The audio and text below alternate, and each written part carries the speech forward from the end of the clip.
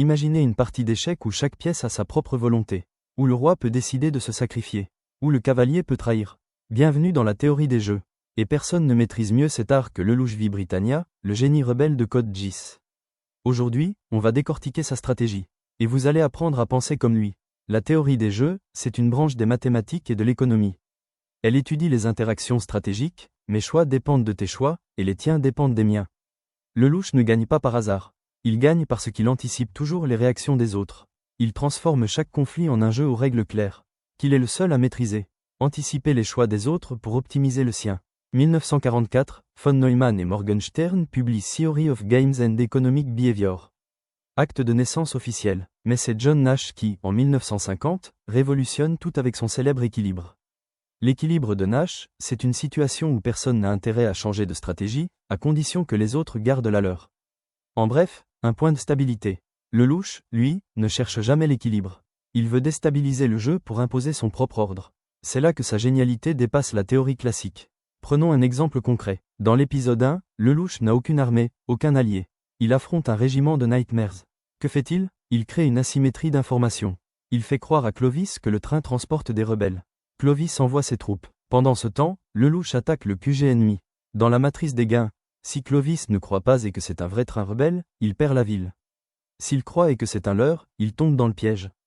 Lelouch a rendu les deux options mauvaises pour l'ennemi. C'est ce qu'on appelle une stratégie dominante, pour lui. Résultat, Lelouch gagne sans perdre un seul homme. Il a joué sur l'incertitude et l'information incomplète de son adversaire. Alors, pourquoi la théorie des jeux est-elle si puissante? D'abord, elle structure votre pensée. Elle vous oblige à lister les options, les gains, les risques. Ensuite, elle révèle les stratégies dominantes. Comme quand Lelouch comprend qu'il doit paraître plus fou que ses ennemis pour les effrayer. Enfin, elle permet de trouver des équilibres là où tout le monde perd. Parfois, la meilleure solution est de coopérer. Lelouch le fait avec Suzaku, même s'ils se haïssent. Mais attention, la théorie des jeux a ses limites. Premièrement, elle suppose des joueurs parfaitement rationnels. Or, Lelouch échoue quand ses émotions parlent. Son amour pour Nonali le rend irrationnel. Et c'est là que la théorie des jeux ne peut rien prédire. Deuxième limite, dans la vraie vie, l'information est rarement complète. Les gens mentent, cachent, bluffent. Lelouch le fait constamment, mais parfois, on lui ment aussi.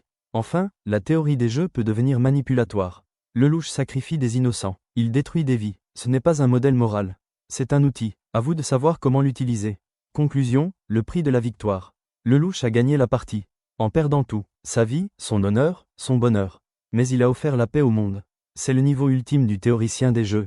Sacrifier sa propre pièce pour que le jeu s'arrête. Vous n'avez pas de Geass. Mais vous avez un cerveau. Apprenez à anticiper, à douter, à coopérer quand il le faut. La théorie des jeux n'est pas une baguette magique. C'est un miroir. Alors, dites-moi en commentaire, dans quelle bataille de votre vie allez-vous utiliser la théorie des jeux?